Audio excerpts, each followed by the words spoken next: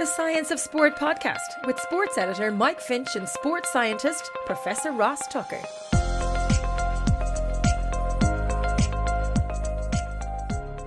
So we don't often talk about the sport of rowing. And after you listen to this interview, we probably regret that, because this is one of the most fascinating interviews I think we've done in many, many years, because it comes from a man who probably knows the sport better than anybody and has the longest list of palmares and performances in his sporting career than anybody we've ever interviewed on this podcast. His name is Drew Ginn, an Australian, lives in Melbourne. He was a three-time gold winner, a gold medalist from the Olympic Games, a five-time world champion, amongst many other amazing achievements, including some cycling achievements where he won the Oceania Time Trial Championships. But most importantly, he comes to us with a passion for rowing that is basically unbeatable. He is a man who knows a lot about it, obviously, because of his history, but he gives us the details of a sport that, for many of us, in a week's time, when you'll be listening to this and the World Championships will be on, and give yourself a chance to see if you can watch it wherever you are listening to this podcast. Because when you listen to this podcast and you watch the World Championships or watch any other rowing Olympic Games or anything like that, you will get a sense of what it takes to get to that top level, what's involved in winning a race, the technical side of things, the strength needed, the fitness, all those type of things. And I think, Professor Ross Tucker, it was one of those interviews where I finished interviewing a guy like that.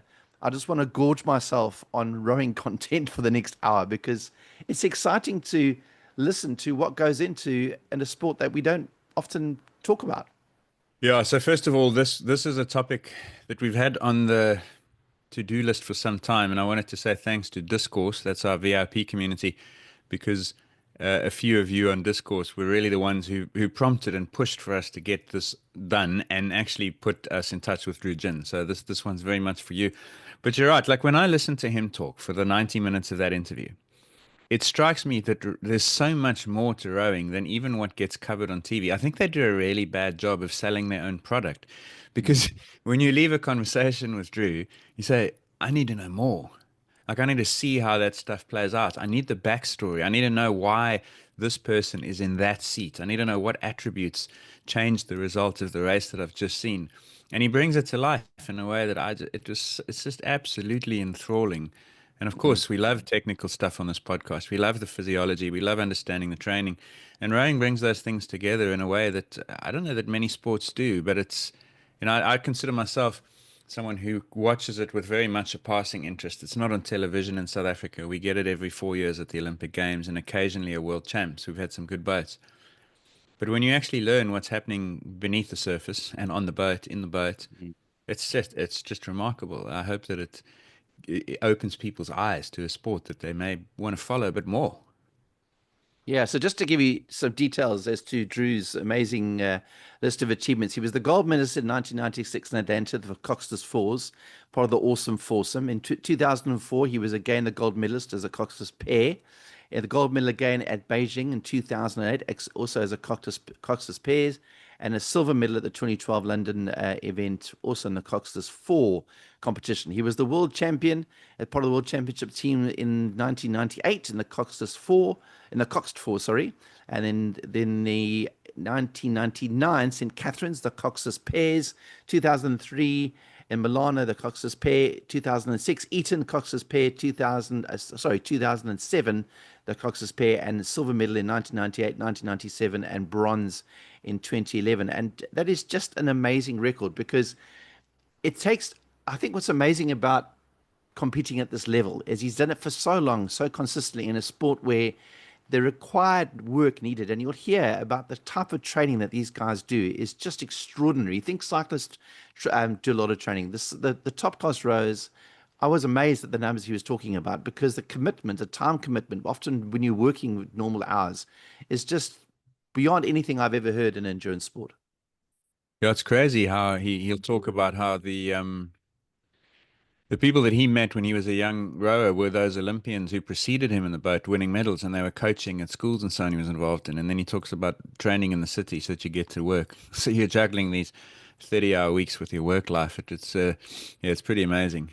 But when you look at that career, I mean, from 96 all the way through to 2012 in a sport where the toll on the body is so enormous. And of course, he misses the one. If listeners paid attention, he missed the home Olympics because of an injury, and he'll talk a little bit about that. But Yeah. it really is a remarkable career from someone in a.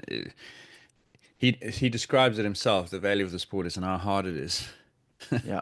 So. Exactly. Well, here is a great interview. Even if you've got no interest in rowing at all, you might do when you've listened to this interview with Drew Ginn.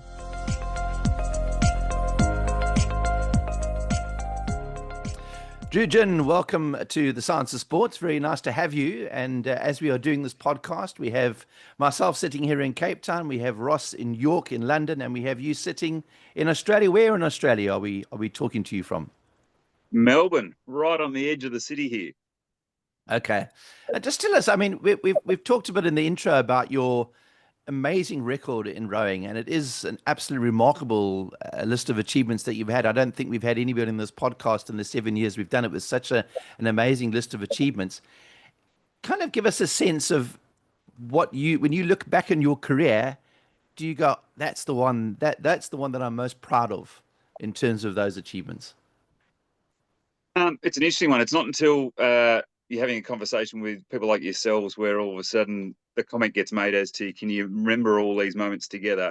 The thing for me is I think the totality of it all is pretty amazing. I actually feel a little bit disconnected to it, I suppose, in one sense, which is it's almost like someone else did that in life as a young athlete. What I'm most proud of, I think, 96 being able to get to the games the first time as a young 21-year-old athlete and joining the Oarsome Foursome, that was huge. And that was almost like all my dreams come true as a young athlete. And so you don't know that you're ever going to get there. I was certainly like anyone else, aspirational, but never really convinced that you had the talent or the skills and had done the work.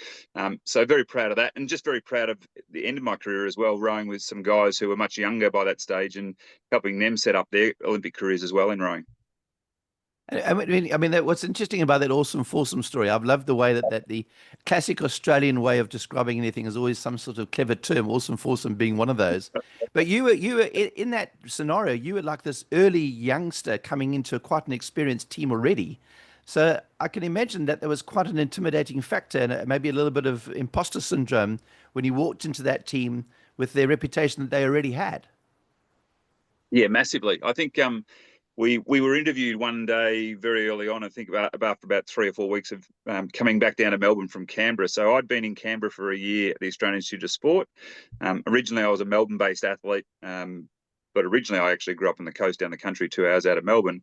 And so I'd been in Canberra for a year. I was invited back down after the selection regatta.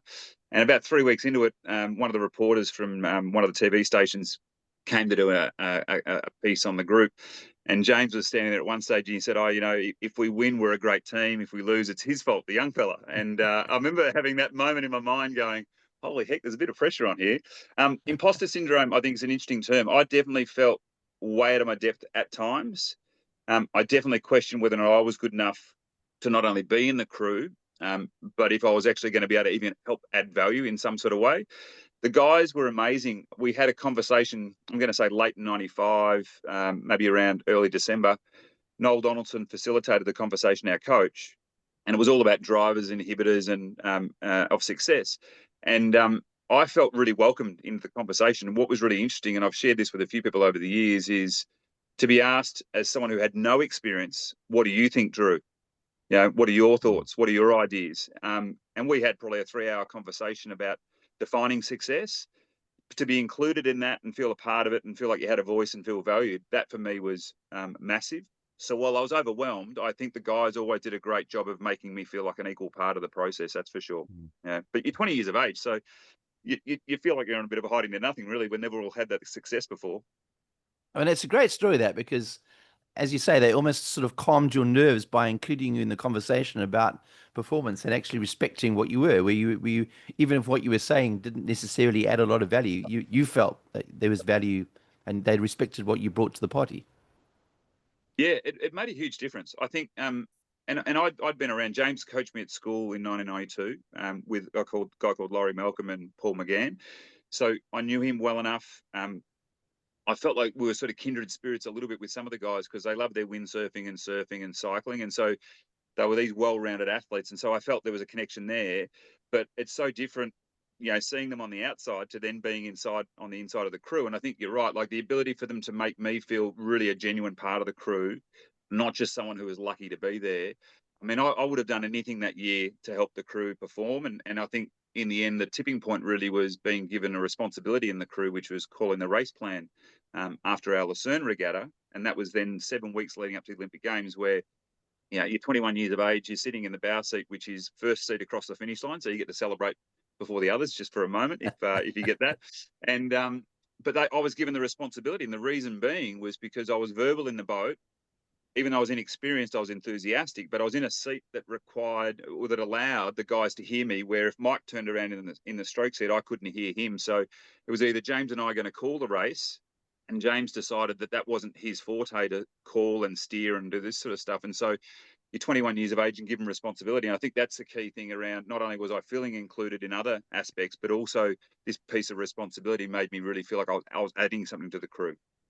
Wow, But that's the quite thing is, so like what comes first? Did they give you the responsibility that you could then rise to, or did you get identified as being capable and therefore they gave you the responsibility? Because in the team environments I've worked in, you could ask young guys to make contributions to things like the race plan and the strategy and the what you called in that conversation you had in 95. And some people are just not up to it. So I wonder to what extent you were asked because they knew, as opposed to they try to get you up there by asking. Yeah, it's a really interesting way to sort of think about it. I think everything was always a test. Let me just point that out, right? So to be asked into the conversation what your thoughts are, it's a test to see what you come back with, and does it connect and resonate? Does it make sense? Now you could have some stuff that's completely off the mark, but I think by being asked, by being able to provide a comment, by that hitting the mark in some way, you're then given extra opportunities to go further. I think the race plan opportunity was on the back of the confidence they built in me, or trust they had in me, to then go, right, we've got a key thing that needs to happen in a race. If someone doesn't call the race plan, the whole crew falls apart. But equally, I think to your point, is if I hadn't have shown an ability to contribute positively, or an ability to actually step up and actually follow through, I might have been relegated to doing less of a role in that regard. But we have only 4 people in the boat like that. So everyone's got to take on the responsibility of moving well together, race plan calls, steering, platform. There's all sorts of things that are going on that ultimately there's no other people that can be responsible for that unless you're sort of sharing and divvying up the load. So, and you don't make the crew. I wouldn't have made the 96 crew unless they were confident I was capable. That's for sure. Mm. Give us an idea what it means to decide the race plan, as you say, in that bow position. In other words, what are you actually doing if you're shouting, and what are you saying? Yeah, so it's a lot of focus calls, roughly, and sort of Mike Mackay was doing the calls in 92. And so we use the 250 meter markers. It's a 2,000 meter race, and that ends up being roughly 45 seconds. So you get a leading call. Hey guys, getting ready for catches, 250 meters, catches, really good work. Keep moving the catches, keep precision, keep together, that sort of stuff. So you're having a little bit of a dialogue, but you're prepping them. You're making the call, and then you're giving them feedback on how the call's gone. The calls themselves, catches, arms, legs, sit tall, breathe, these are all technical focuses. While they're very sort of nuanced, we all know what they mean. We've worked hours and hours and hours together to sort of say breathing's not just try to breathe. Breathing's a certain way of breathing diaphragmatically and in the belly, and breathing for rhythm. And catches in rowing is a very specific language towards the front of the blade getting in the water when you reach out for the stroke. But how you do the catches has to be worked out in training session after training session. So some of the calls are very universal, but how we did them was very specific to us. There was a call we had in 96, and I love this moment. I got told to shut up in the boat because I got too excited, and I'd give the guys information about how the other crews were going in the field, and James just spun around and said, "Shut up." And so straight away focusing in. But the gold medal 500 was a call that was made, which was from 1250 meters to 1750. We would do our best rowing for the season. That was the intent.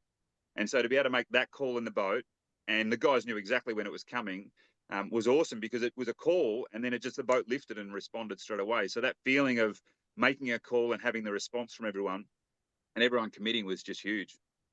I mean, when you're describing that, I can actually feel that sense. I mean, I've never been in a rowing boat, but you're saying as you make that call and all of those technical things come together and people are pulling a bit harder, you feel the boat actually rise into speed. Is that the best way to describe it? Because that must be an amazing feeling. Yeah, well, I'll describe rowing in a sense. So you've got the boat, obviously, we're moving the boat from start to finish in the race. We're moving inside the boat, and we have a mass to us, which is really interesting. And we've got an oar, which we use to put in the water, move the boat through the water and take it out of the water. So if you sort of think that, 30 to 40 strokes per minute we're doing, where we're bringing the blade in and out of the water, what's interesting about when we time it just right, so we might not even make better effort, but time it better, and the boat will increase speed. But if we add better timing and also add the effort in, which is leg drive or body swing or arm draw, you get that extra power in the water and you hold the water. It's amazing how the boat can jump in speed quite dramatically in one or two strokes. And the sensation you've just described, which is the boat actually lifts out of the water because it's hydroplaning. And so then it lifts up higher, and then your job is to stay with it once you've got it at a higher cruising speed. So rowing's not just hard all the way, but it's really technical in terms of how do you get a boat up to speed? How do you hold it at speed? How do you change speed up or down at certain times that you need to? You never want it to slow down, but it does. And so then the job, if it has slowed down or come off its rhythm a little bit, is how do you get it back up again? And that all requires us to move really well together, but really commit to that at the same time. And you in that position on the bow, are you feeling that more than anybody else in the boat? Yeah. And so use the example in a four, the bow of the four will be going up and down about 10 or 12 centimeters. So I'll be in every single stroke, I'll be higher off the water and then back down to the water. We have eights as well, men's and women's eights racing, which are even longer boats again with, the 8 athletes. The bow end of that boat is notorious for getting out of the water, some 15 or 14, 15, 14, 16 centimeters. So when it's really getting up to speed, call it 20 Ks an hour, the bow breaches the water more and more and then rides above it. And so the bow end of the boat, you're actually having to be quite athletic to catch the water because the handle path is a different height. But equally, when the boat slows down, it gets lower in the water and gets heavier in the water, which also is skin and friction in terms of water resistance. So the name of the game is to get it up as fast as possible and keep it up there for as long as possible. And within the boats, is the premium on technical ability higher or lower the more people are in the boat? You spoke about the eights. You ended up winning some gold medals in the pairs. As a pair, you're accountable for half the horsepower. As an eight, you're accountable for 12.5%, but the speed thing might trade that off. So how did it used to compare for you? Yeah, so you've got really good question. So you've got two technical things that are happening in a faster or slower boat, faster boat being the eight and slower boat being the pair. The faster boat the technical thing is to stay clean once it's at speed because it's moving quicker. You're all moving quicker. The most damage you can do now with, say, a ton of weight, and this is a ton of weight, if every athlete's basically 100 kilograms and the boat's 100 kilograms, that's a ton of weight once you've got up to speed almost. So your job in an eight technically is to stay out of its way and do things that are really clean and efficient because you've generated so much power to get it up there. So bigger bodies are often in the eight. The pair is technically challenging because you don't have that center of mass. You don't have all that mass. So it goes up to speed, but it can wash off speed really quickly. And so it's physiologically and technically challenging is to how do you keep it going for 2,000 meters when it can become a heavy boat? A single scull can get heavy as well on an athlete, but the eight has momentum. So once the eight's up to speed, your job is to take really good technical care so you're not slowing it down because then it's so hard to get going again. But it's a big boat. It's a momentum boat. And so we sort of find that the pair is more an aerobic kind of feeling boat with a lot of technique because you've only got two people managing both sides. So it's very vulnerable. But the eight's got a better platform, but it's got so much mass. You've just got to move with it. It's like a 100-meter sprinter. The best they can do once they're up to cruising speed at 30, 40, 50 meters is to relax and keep going. But the athletes who tighten up slow down technically, and the eight has the same effect like that. I'm interested to hear some of your background. I mean, it's taking a step back slightly, but how did you get involved in rowing and give us a sense of what the Australian rowing community was like then and what it's like now? Yeah, it's fascinating to think back. Like I'm talking 1991, 92, right? So a while ago now. I'm showing my age. I loved it. I got involved. It was a maths teacher, Bram McLeod was his name, and he was coaching, I think, the sixth crew at the local school. I was going to a boarding school in Melbourne, and and he brought me down finally one day at the end of maths class, and he'd been challenging me to sort of say, give rowing a go. You're tall, you're athletic, we'll get you down on the boat. And so being that he's around school, he's like a lot of the school teachers who coach, they'd always look out for athletes that might be good in the sport. I fell in the first time. It was a disaster. I swam the boat back to shore. That was embarrassing. But I think the thing for me was the rowing community was really unique in our school, but also in the community at the time, which was we had Olympic champions like James Tompkins, soon to be Olympic champions, world champions coaching, Andrew Cooper, another member of the Oarsome Foursome, coaching in our school alone. But along the riverbank, what you noticed was the guys and girls schools would all have rowers who had either had great careers previously or were currently having great careers. So it was this tight-knit group being led by great rowers, great coaches. Noel Donaldson, who was the Oarsome Foursome coach, he was coaching at Brighton Grammar School, just up the road, competitive school. He was also coaching the Oarsome Foursome and also coaching Mercantile Rowing Club at the same time. So my introduction, while it was a failure, being a part of a community like that, you couldn't help but learn and be inspired because it was so proximal to us. I remember going to the local rowing club at Merck's in 1992 to watch the Olympic Games in Barcelona, and the room was chockers with people from every single club on the riverbank. Everyone was proud of the Olympians. And obviously you're in a club that had a few Olympians that won gold that night, so even more proud. But that feeling of being a part of an amazing community of inspiration, but also support was huge. And so I think the change now is it's still the same community. There's a lot that's changed in sport in Australia. Funding's more serious now. Commercialisation and membership and sponsorship, these things are all changing. Club sport's so much more challenged, I see, in Australian sport. I'm sure it's the same over where both of you are. But so clubs providing community and hub for everyone seems to still make a big difference. And it's a home away from home for many athletes. And I see that with Merck's and other clubs. But yeah, it was an amazing time to see the Oarsome Foursome win, to see the Australian double win, and then to be a young athlete wanting to be a part of this sport and then getting a chance 4 years later to row with the guys was just extraordinary. You know, what's interesting is that we often debate on this podcast and with other areas of sport that I'm involved with about what is the best form of development. In other words, how do you create young athletes? And it sounds to me that you had the perfect sort of all these things you needed to become a great rower were there, because the first thing I always think is you need heroes to follow that you aspire to, and then the community that drives you towards that betterment. And it sounds like that's the perfect melting pot, because you once you see somebody who's got Olympic gold, you aspire to be there. If you don't have those people, you think, well, how do I get there? But those people show you that you can. Do you think that's a fair way of describing how your development is really structured around this perfect set of circumstances?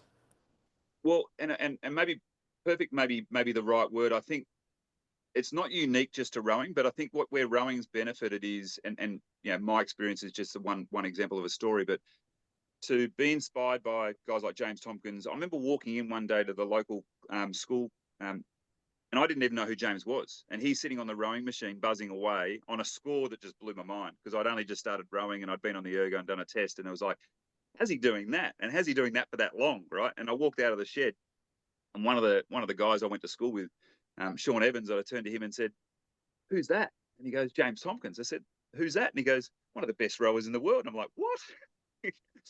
And so to your point, it wasn't so much it was perfect for, say, just me, but I think this is what happens in a sport like rowing, at least in Australia, was James would be at the local school. He'd be at the local club. I got a chance to row with him the first year out of school in a club crew. Years later, and this is really interesting, the guy I rowed with in London, Josh Dunkley-Smith, who was 23 years of age at the time, and I was 37, right? So think about the age difference there. 4 years earlier in our Club 8, you know, which is just a Club 8 at this level where you're racing all the other clubs in the state, not even nationally, we raced and Josh was in the bow end of the boat, and I got a photograph sent from someone, and I didn't even realize this. I hadn't taken even that much notice of who this young kid was. And then 4 years later, I get this photo sent to me saying, oh, did you realize you rowed with Josh 4 years ago and you're now rowing with him at the Olympic Games? And I was like, what? And so I'd even forgot this young kid had come straight out of school and rowed in our Club 8. But that's sort of what happened to me as well. So it's not unique to me. It's actually something that does happen in the sport, I think, quite well when you have a good club program. That's for sure. Mm. How did it happen that the version of you watching the Barcelona Olympics in '92, 4 years later, found himself, well, not even four, 2 years later, found yourself preparing for '96? Like, obviously, you're plugged into a community, people are noticing you, but they could notice ability and put you in any one of half a dozen boats, I guess, that Australia sends. So, I guess the question is, what were the determinants of your selection for that particular boat? Was it the numbers you produced on the ergo? Was it your ability on the water? Does a coach say you'd be the perfect fit for these three because one of them's retiring? Yeah, so it's interesting. The backstory here was I was on a list when Andrew Cooper retired after the '95 Olympic Games. So they won Barcelona. They took some time off. They came back in 1995 in Finland, Tampere, and they came, I think, fifth at the World Championships. And a bit of a disaster, really, for the Oarsome Foursome in that sort of light. I was in the Australian 8. The way I'd got into the Australian 8 wasn't on ergo. It was probably just on boat moving ability with crewmates. And I'd had some really good pair partners who I was rowing with in '94 and '95 that got me into the Australian Institute of Sport and into the Australian 8. But our 8 was disastrous. It was the worst Australian 8 ever performance. I think we were close to being last at the World Championships. And I remember seeing the guys at the bar on the final night on the Sunday, and they're sort of commiserating their fifth place, and I'm this young kid who knows them a little bit, and apparently, I've probably had a few drinks, and I said to Noel Donaldson, the coach, I'll be in your crew before the end of the year. So where that came from, I'm not quite sure. But the selection criteria was all based on boat speed. So ergos didn't get me in, but ergos got you noticed. I was okay ergo-wise, rowing machine-wise, power to weight. Give you some stats. I was 196 centimeters tall, 84, 85 kilograms. So power to weight was really good, but I was light and not super strong. But it was on water performance. So we'd always do trials each year, long distance trials before Christmas, and then 2K trials probably 3 times was the general rule. And I was performing quite well in the pair with my crewmate, Ben Dobble at the time. And so when we won the pair trial, the selector said, okay, Drew, you can go down with the 4. We think you'll make a good 4 combination. We'll give you guys a chance to race and prepare in Australia to come to the trials. And so it wasn't so much that it was a fait accompli, but it was certainly that I was matching up with others and rowing the boats well with others that gave me the in. I said before about that list. The Oarsome Foursome put together a list at the end of '95, and they had one athlete, another athlete, another athlete, another athlete, and I think Ben I was written on their list as someone who they'd like to explore it with. The first athlete decided not to take up the opportunity to join them in Melbourne. The second athlete took up the opportunity and then got injured during that process. And then through the trialing I was the one that rose up that list. So they weren't deciding the selection, but they were deciding who they thought would be good at the start of that campaign. And it's just interesting. The person who was 4th or 5th on the list eventually made the crew and they had success. So, I like to think that it was boat moving ability that they recognised. And then the selectors saw that I was winning races. And as long as I was winning races, it's like, well, why wouldn't we give one of the better athletes this opportunity with the Oarsome Foursome? Can you just try and explain it? And I guess it's pretty hard to do that. When you say boat moving ability, what do you mean by that? Yeah, so if you sort of think about what rowing is technically, so we do the same stroke, over and over again, 240 times. But you can do that stroke where you produce more power and you don't hold the blade in the water or you don't row long enough. And so you don't move the boat far enough. So there's an efficiency about how the blade holds the water. If you imagine a golfer, for example, and they've got to chip it up onto the fairway and then they've got to take it up onto the green. Rowing, I don't think, is the sport which is doing the hole in one, but rowing is the sport where you need to be able to get it up on the green in the fewer shots possible. And so there's an efficiency in your stroke where if you're holding the water well, if you're rowing long, if you're staying relaxed and you can repeat this time and time again, you start to be reliable every single stroke, which makes the boat go further and go faster. One of the things I typically find for a lot of people is a lot of coaches sort of want ergo scores and bigger and more physical athletes, guys and girls. And sometimes you see someone who's bigger and stronger and the boat goes slower. And people will sort of sit there and say, what's going on? They've got all this power. But the way they do and produce the power might be completely counter to their teammates on the other side of the boat when we're rowing sweep, which is 1 oar each.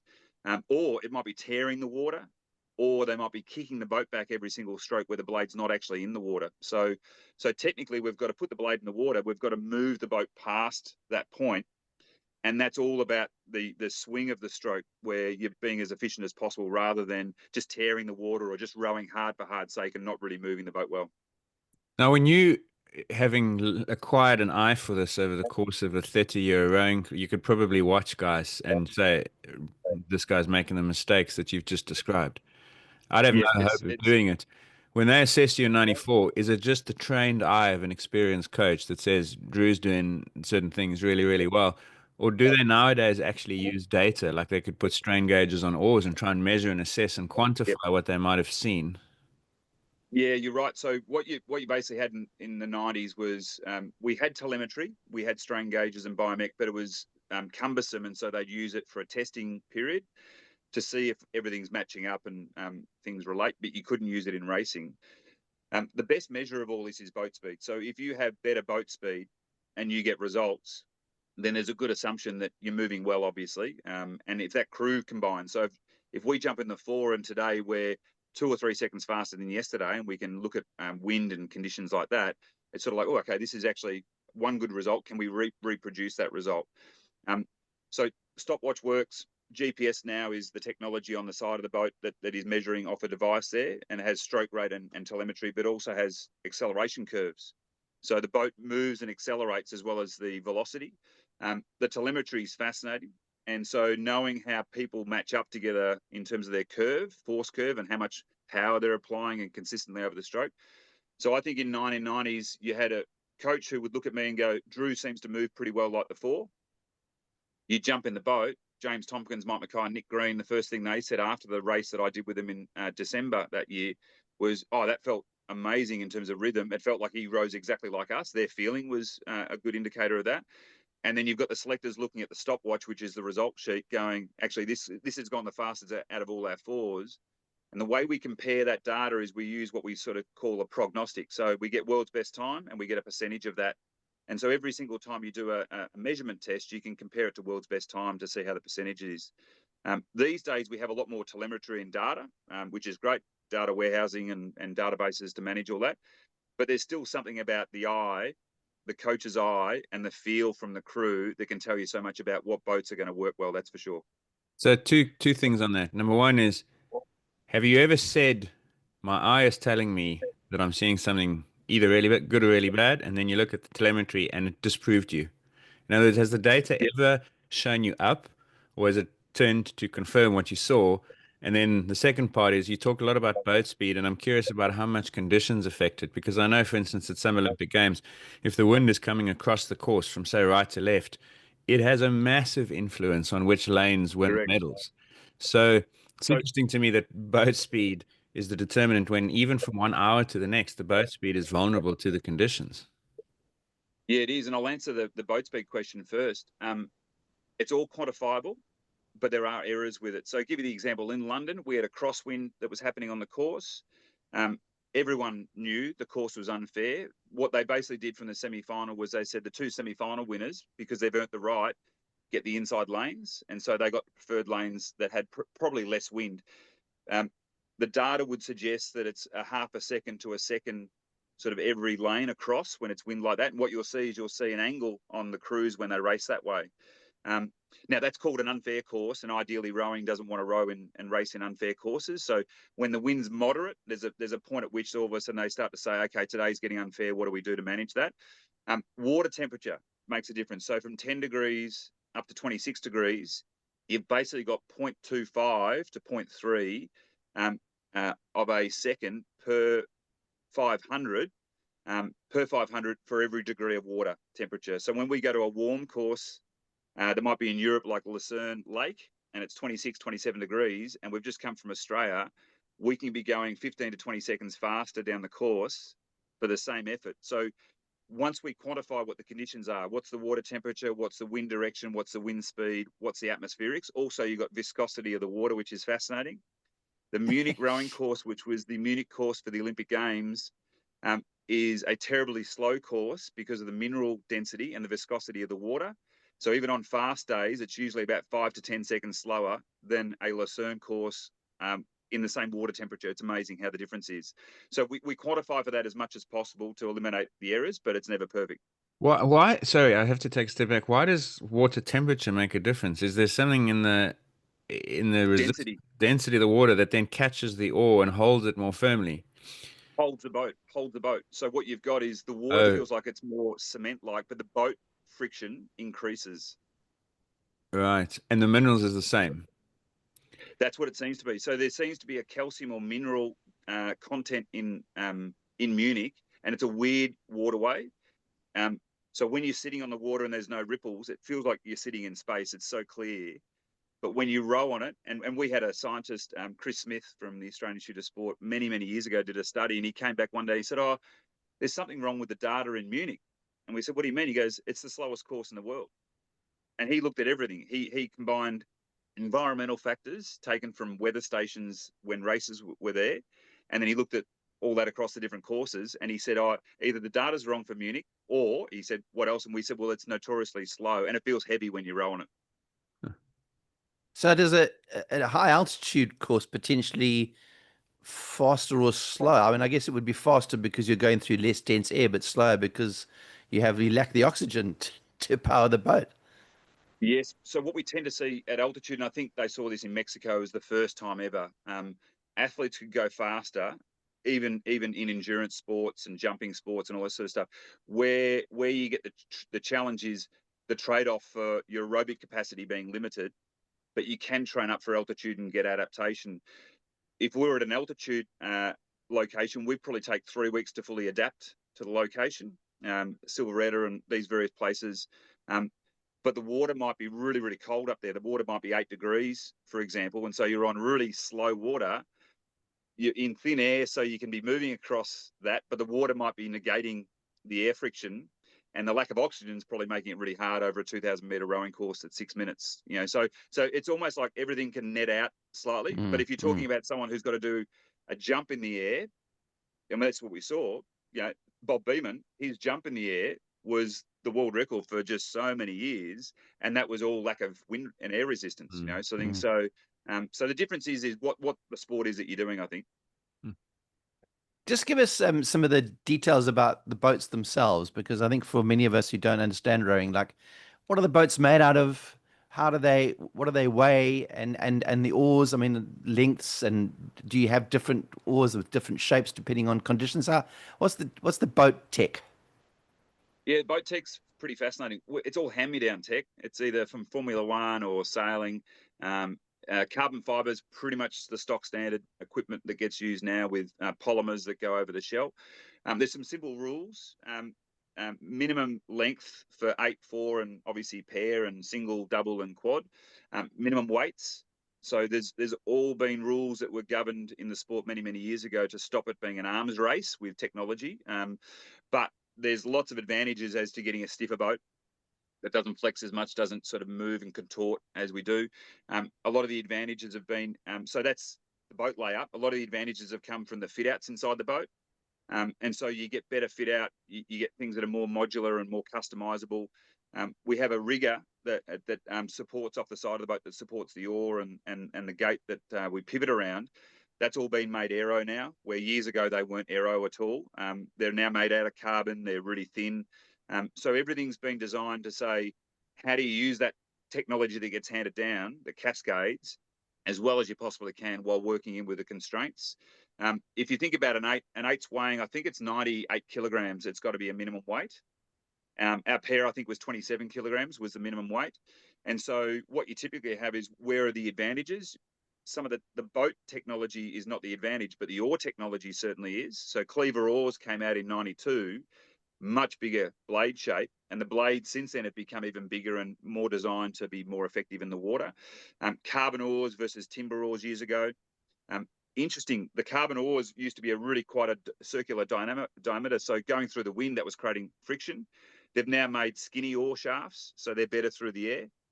So there's all this idea of how do you make it more efficient. Where rowing's fascinating is we're probably not going fast enough against the wind sometimes, that even some of the aerodynamic benefits aren't as big as what, say, sailing is going to be, or cycling.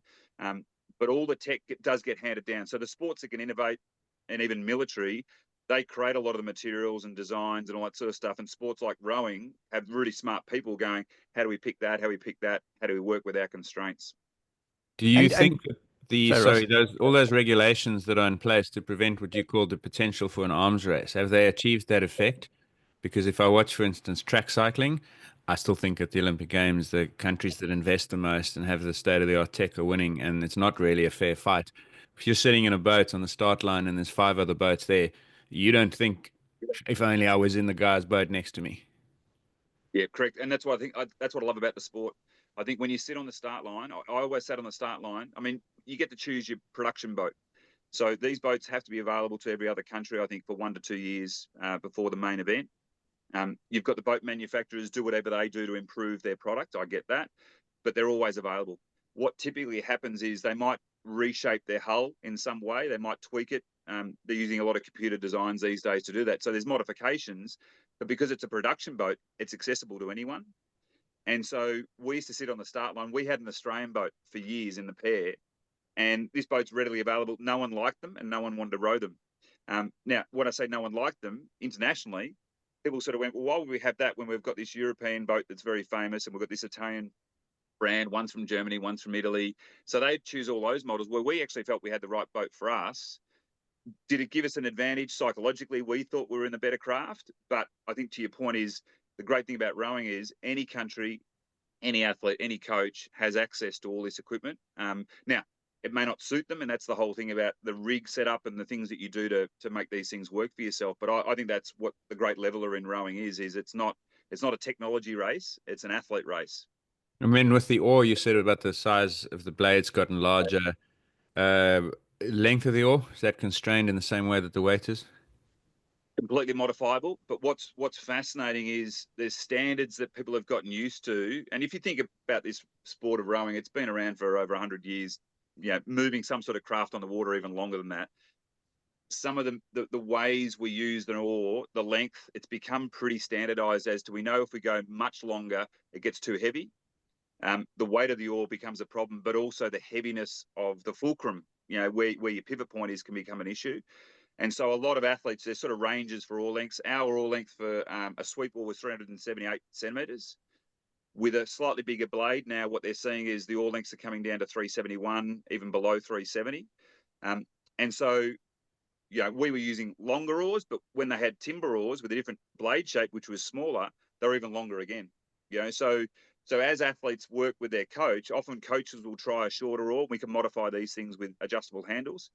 And eventually you work out what's the right oar length for you. So if there's an advantage in the sport, I think people can find is gearing could be tweaked a lot more to make it very personal. And there's some coaches these days who are doing this with biomech testing, the telemetry, to really work out how to customize the setup for each individual person to maximize their output. So if you're, for instance, I mean, it's a double question here, but if you're in a boat with 4 rowers, do you all have the same length oars? Because I imagine you would have to, because you want to be in sync with each other. Yeah, so ideally you do, but what you'll have, so I'll give you the example. James Tompkins was 200 centimeters tall, and I was 196. Now, when we sit in the boat, we can measure this, but you can even do it by your eye. We would row pretty much the same length. And so what you don't want is these differences in your technology or your gear that then mean you've got to modify what you do. The fact that we can move pretty similarly and match up and all that sort of stuff. So the skill was have the same oar length, have the same gearing. But if James Tompkins was rowing with someone who is 20 centimetres shorter and can't row within 10 centimetres of James's length, easiest way to help that shorter person is to bring their span in, their pin in, and change their oar length in some sort of way to give them a mechanical advantage to keep up and match up the angle with James. So a lot of coaches will do a tweak where a shorter athlete with a taller athlete, we've modified slightly.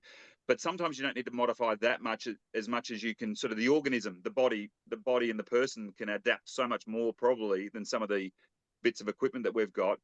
And if you tweak the equipment too far and you don't let the person just adjust and work out how to match up together, you're probably not trusting the organism, which I think is an amazing thing. The body can just adapt to things like this.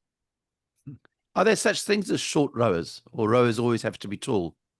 Nah, plenty of rowers. Give you the idea. So the sports had lightweight and heavyweight rowing. For men, it's been 70 kilograms versus open weight. For women, it was sort of 60 kilograms and open weight. So you've had weight divisions, but we've seen some of the best rowers who are 205 centimeters tall. We've seen some of the best rowers who are 185 centimeters tall, performing exceptionally well, flying in their boats. How you train physiologically and then what you do technically is obviously different. And so a shorter rower who has the ability to move with a lot of cadence, a lot of strokes per minute, you're going to train them to be able to use that capacity to be really athletic. The taller rower who has massive amount of leverage and probably can produce a lot of boat run and boat drive every single stroke, like what have you got to do with them to really build their system and build their technique up to make advantage of that? Now, where you get a conflict is if you've got someone who's short and can really spin and someone who's long and wants to use leverage, how do you get them to row together?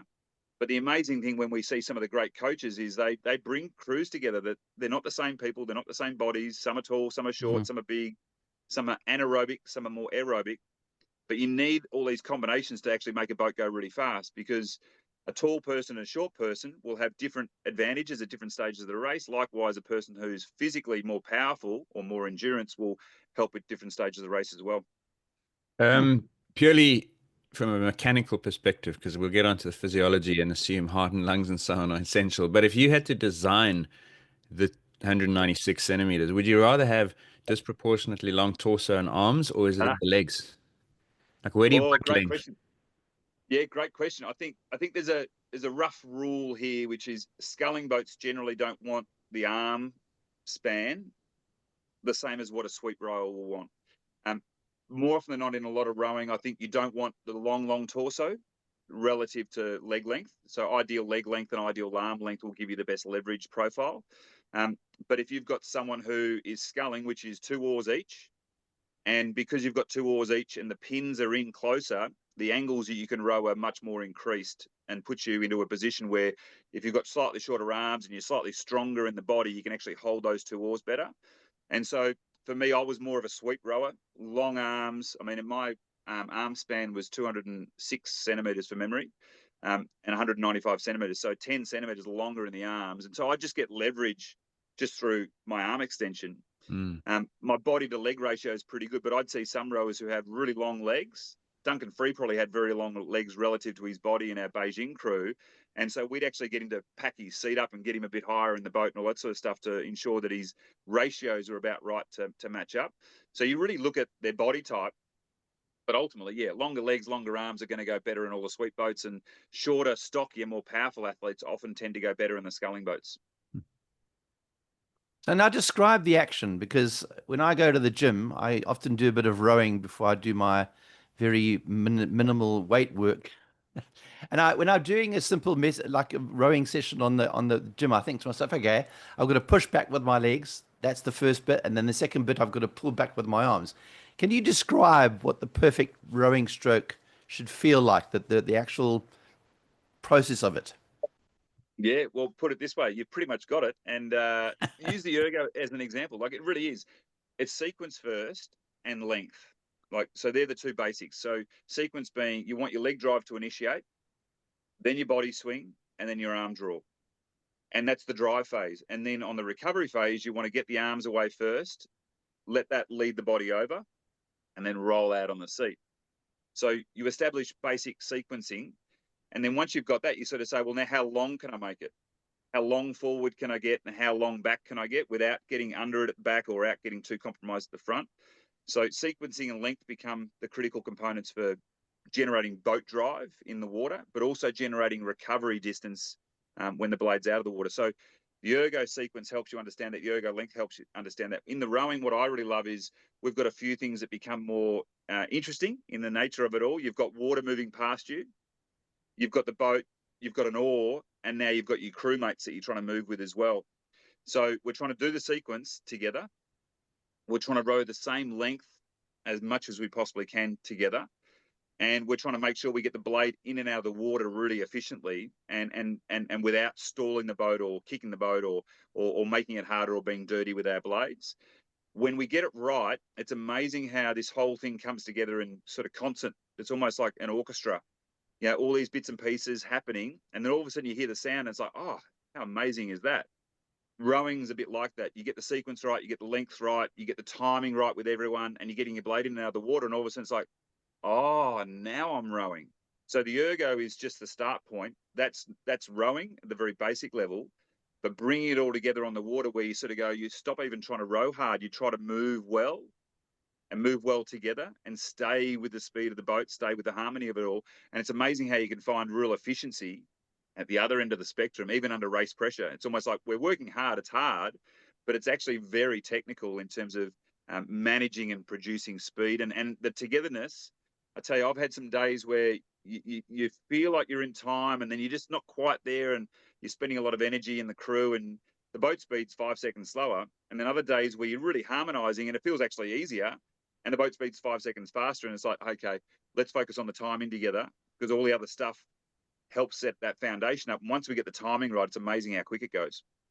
So when you do, when you do that action, do you teach young rowers to do it in slow motion? In other words, do you say to them, right, on the erg, we're going to get you to push your body back with your legs, and the second bit of that action is going to be to pivot your body back, and then the third action is to pull you. So in other words, do you break it down as a technique that once they get that technique, they then speed it up and they get that length that you're talking about?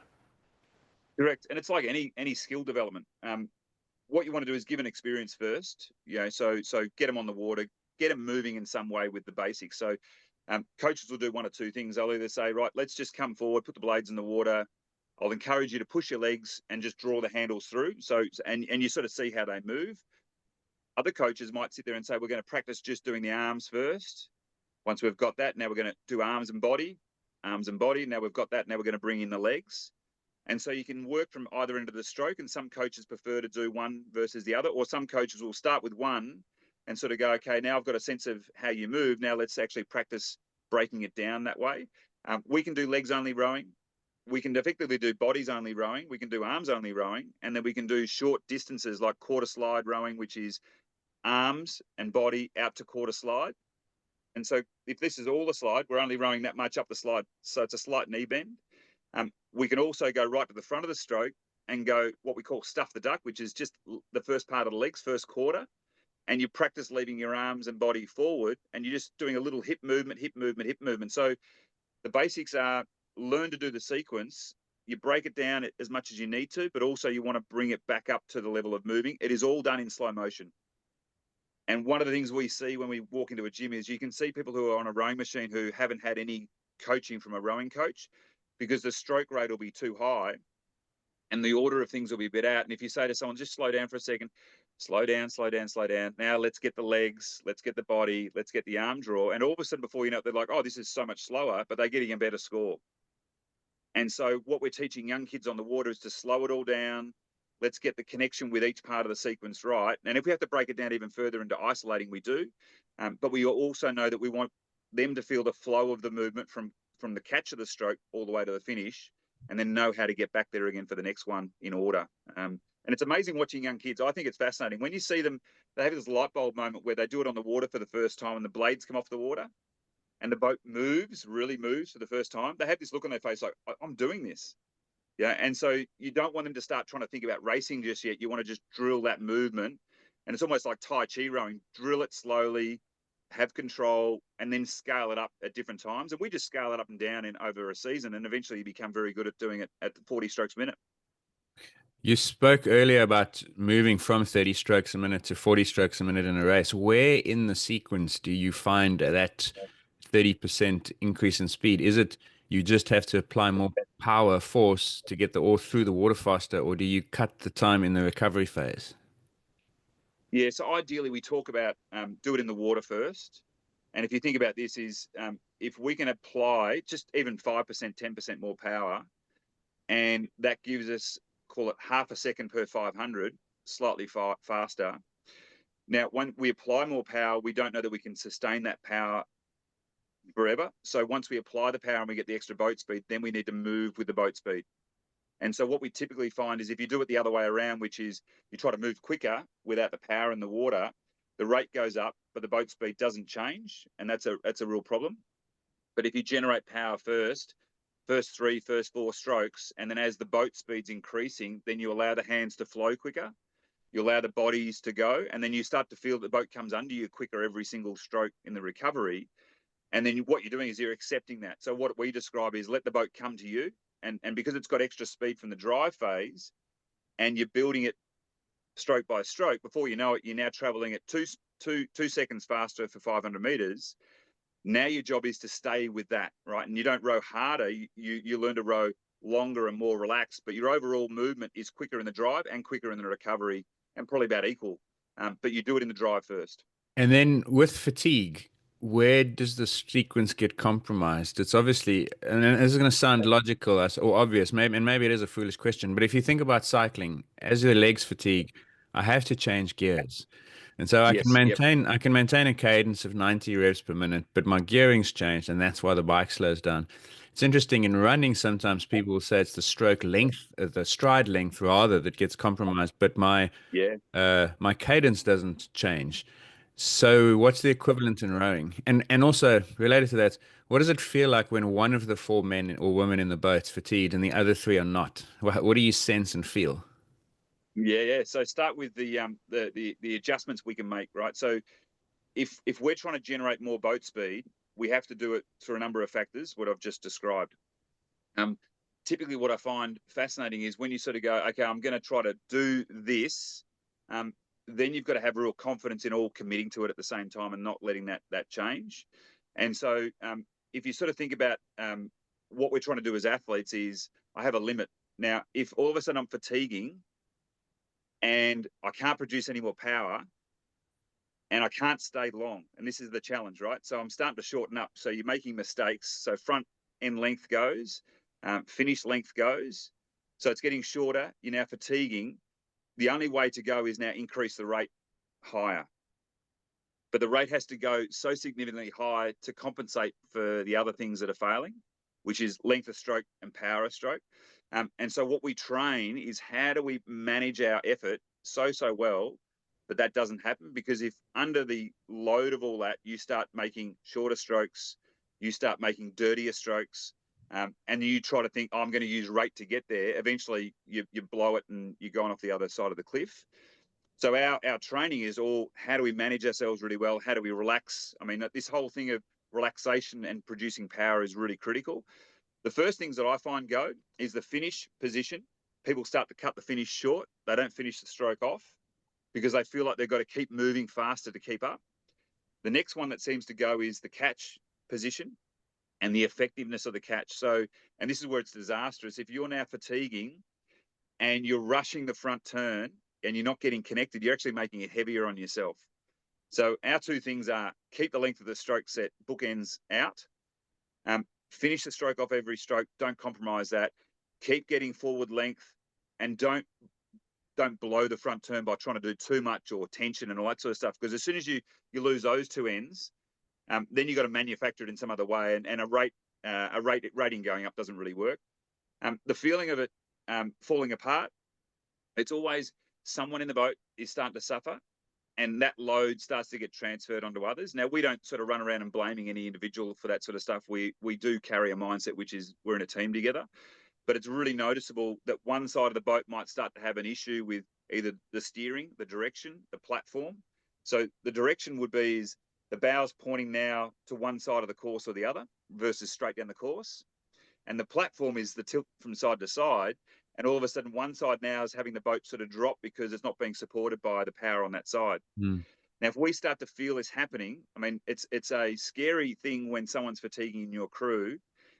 What you've got to do as a crew is adapt to that to keep them as comfortable as possible so they can keep working and keep everything happening as well as it needs to be. So I've done things in boats where I've felt like something's happening on the other side, and I've leaned out to my rigger, my oar and my rigger slightly more to keep the boat off them, to make it easier on that side. And I've felt people do that for me as well. So when someone's failing, the job is to help them, is not make their job harder. That job is to help them. So if someone shortens up, if someone's not able to row the same pressure, if I was in a pair with James and he's getting tired and can't row the same pressure, there's no point me rowing the same pressure behind him and pulling the boat around into the buoy line. So I've got to modify my pressure, but also chat to him in the boat to keep him staying long, keep him finishing the strokes off, keep him staying relaxed. And if he does that, the boat's going to stay straight, and then I can keep the power on. And so you have failures. Everyone fails at certain times. But if you recognize it in the boat really quickly, you've got to start adapting, either motivating the person to keep going or modifying in some sort of way what the crew's doing to help keep you really pressing on. Yeah, failure is an interesting one because, like, you get failure in running, and I mean, I don't know, maybe people watch Diamond League. Jess Hull, for instance, failed in the last 50 Yeah. meters of a 1500 the other night, you know. But in rowing, failure can actually be quite spectacular. I've seen Oxford Cambridge boat races, and also, and I maybe know where I'm going with this. One of the most Yes. famous incidents in Australian Olympic history was Lay Down Sally. Yep. You know, it was in the 2004 Olympic Games, and she was in the sixth position, I think, or you're on your eight. And you Correct. actually just lose consciousness. They fully Yeah. collapse in the process of rowing the race, which I don't think happens in other sports. Have you ever seen a cyclist or a runner actually collapse before the finish line? No, it's pretty rare. I think the ones that you see in other sports is when the human body hits a limit or the mind hits a limit, right? So those two coexist together. You generally just see their speed wash off. If they're in the pool, everyone's swimming away from them. We see that. On the bike, all of a sudden they can't hold the peloton or whatever it might Mm. be, or they're going up a hill, they can't hold the rider. So it is obvious when it's happening. In rowing, it's not so obvious because you've got the momentum of the crew keeps it going longer, Yeah. even though this could be happening. And so Sally Robbins was an interesting one. We were in the grandstand the day before. Sorry, we were racing the day before. We were in the grandstand the day of. We'd raced. It was hot. It was dry in Athens, 38 degrees, ridiculously hot in the morning. We felt like stopping in our race. And we even talked about it after the race, going, how hard was that? Like, that was a mental exercise to just keep moving, keep rowing. And I had my kids were young, and there was a movie that they used to always watch, which was Nemo, the movie. And it was like Dory, the fish, keeps swimming. That popped into my mind during the race. It was bizarre. But we got to the finish line, and we realized like how hard it was at certain stages in that last 600 meters. And now what we did was we managed ourselves. I backed my pressure off. James would back his pressure off. We keep the boat speed going. We keep our timing going. So we maximized the momentum. A day later, when Sally stopped rowing, my biggest thing is she probably should have managed herself better up to that point. And the crew probably should have had some strategies around that. I don't know what was in place. But once she stopped, I mean, that's the worst thing for an athlete. Once she stopped, I'm sure lactate was through the roof, exhaustion, that sense of blacking out is all there. I think it was Radcliffe Smith was in the marathon that year in Athens, if I remember correctly, and she stopped in the marathon. There was a marathon runner who stopped, I think. So these things were happening at the games, but in rowing, your point is it's a catastrophe because it's so obvious that someone in the crew isn't performing, and then it holds the whole crew back. And you've got now 8 other people in the boat who have waited 4 years for this opportunity, and that one moment, took it all away, sort of thing. So, so failure happens all the time, but in rowing, it's very visible when it happens. Can you communicate if you're that person like Sally, and you feel yourself going into the death zone? Can you communicate that somehow by saying, "I'm tiring," or use a code word or something that indicates to the people in the boat that we need to just do something here? You certainly could. What I think is interesting, I can only use the context for what we've been in. So we've had times where we've done practice races, 2,000 meters. In Italy, Varese is the one I'm thinking of, where I had a chest and sinus infection. And we decided to still do the 2,000 meters rehearsal, team workout. And beforehand, we discussed it, and James was like, "How are you feeling?" I said, "I'm pretty stuffed up and still a bit coffee, but I feel okay. I should be able to do it and all that sort of stuff." And I remember halfway through this 2,000 meters, just going, "I'm just not getting enough air in," and I'm rowing what I felt like really poorly. And so a couple of times, James was sort of like, "You're right. And I'm like, "Yeah, just keep going. Just back it off. Just keep the rate up, but back it off." And so he was checking in with me in the middle of it. I was communicating with him in the middle of it. Now, it wasn't me giving him a code word to say, "I'm stuffed and I need you to help me here." But he could feel straight away that I wasn't on. And I probably the first 750 meters got as much out of myself as possible. I remember suffering for 3 minutes to get to the end. And he was good. He kept the rate up and alive, which meant that I didn't have to row so hard per stroke. He then backed his pressure off because he knew that if he rode normal pressure, the boat would rock from side to side and it'd be unstable. And I just did what I could to just keep moving with him. And I crossed the finish and it was like I was exhausted. And so we even talked about that as, well, that's one of the things that can happen at major events. And actually, we're really proud that we got through a time trial like that for 2,000 meters in the team workout. Our time wasn't that bad relative to the team. Like, it wasn't as good as we could do. I think we were 1% off.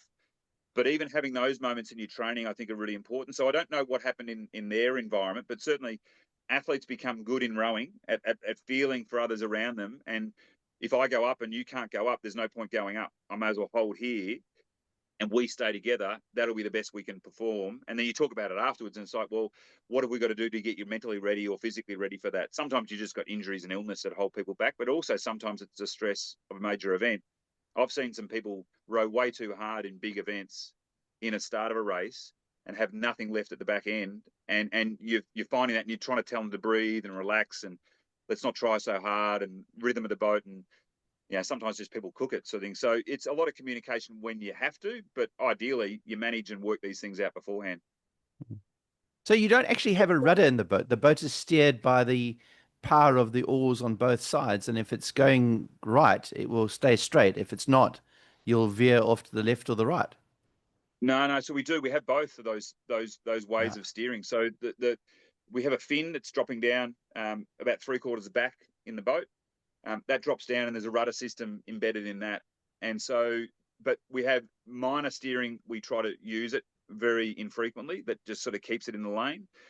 Where we talk about pressures is if I'm rowing way too hard for the person in front of me, and the boat's constantly nudging around, that's a real inefficiency, because then the boat's fishtailing down the course. So you don't want to use rudder to fix that. You actually want to use pressures to go straight, and then use the rudder for just when you need to tweak it if the wind's knocked you around or whatever it might be. So any steering is a problem. The straighter the boat, the faster it is. And so if we're forcing the steering happening because of our inefficiencies in our rowing matchup, then you use too much rudder to like a drag sort of thing. But we've got both options. And just tell us who the name of all the people in the boat. I know you talked about the bow position of it. The cox is the person that is near the back of the boat. Is that right? And he doesn't steer. He does steer, but he doesn't row. Yeah, he or she. So the coxswain sits there in front of the 8, and we say in front of the 8. So they're looking at the crew and they're looking at the finish line. And they're in the guys, they've got to be 55 kilograms, I think it is. I think it might be the same for the girls. And so we get a lot of male and female coxswains doing male and female crews. It's really cool. So they're steering. Primary job, steer straight, deal with the boat being moved by the wind and all that sort of stuff, so keep it in the course. Second job is to then do the technical calls, and part of that is then the motivation piece as well. So we generally rode a lot of coxless boats ourselves. So we're doing the calls, we're doing the motivation, but we're also steering. So James was an unbelievable steerer in my boat when I rode pairs with him. And so that steering foot is connected with a little pin in the middle of the ball of the foot, and there's rudder strings that go off either way to the rudder at the back of the boat. You usually heel from side to side. So you've got the coxswain in that situation in 8. Then you've got the stroke seat who's leading the rhythm that everyone's following. Then you've got 7, 6, 5, 4, 3, 2, and then bow. So bow seat's the last person there. And in sweep rowing, you've all got an oar out one side each, and the boats can be rigged on either side in terms of who leads that. In the 4, stroke seat, 3 seat, 2 seat, bow seat, and in the pair, it's stroke seat and bow seat. In the quad and the sculling boats, I should say, because they've got 2 oars each, a sculler is just by themselves. They don't have a rudder, but they have a fin. In the double scull, they have a fin again, and no rudder still. And so there's 2 people rowing there, stroke and bow of the sculling boat. And in the quad, you've got stroke, 3, 2, and bow. In a quad, you now have steering, because the boat's a bit more flighty, it's a bit bigger and moving, and so they now have a fin and a rudder, and that's steered by someone in the boat. You mentioned earlier you liked the bow because you were the first guy celebrating when you won, somewhat facetiously. But what else was the attribute that made you good in that position? Because stroke, I can see, sets the tempo for the rest of the boat behind, because that's the one everyone sees. Well, it's a knock-on effect, right? Does the bow, technically, what were the specific challenges in the bow seat? Yeah, look, my simple focus in the bow seat, and I think most bow people when they're rowing behind someone, is you have to follow. Yeah. So the critical requirement is follow and match up. Then can you add value, right? And so if you're then the one calling the race plan, can you add value by calling a really good race plan and paying attention to the competitors and helping your teammates stay up and motivated? And can you pick technical focus and all that sort of stuff? The thing for me sitting in the bow is you can actually even do more technically by adding more acceleration through the drive. Where the boat goes straight, you make the boat even faster and lighter. So the person in the stroke seat goes, I get onto it at the catch, I'm driving it, the bow person matches me, and then they accelerate through me and the boat just really lifts and goes. So following is critical, but then can you add extra value by calling, motivating, helping, or adding extra value in terms of how you accelerate the boat for the person in front? There's a physicality to the stroke seat, particularly in pairs and fours. If they're not able to drive it, they probably shouldn't be in the stroke seat. So they need to have a physical capacity as well as robustness physically and technically to keep doing the same thing for everyone.